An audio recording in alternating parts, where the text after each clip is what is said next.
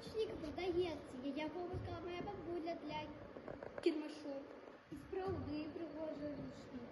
І так само моя бабуля вміла ручники ткати, вкривала і розмірами вставляла. Давайте пісню зараз заспіваємо. А давайте.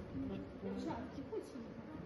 Становится, провела.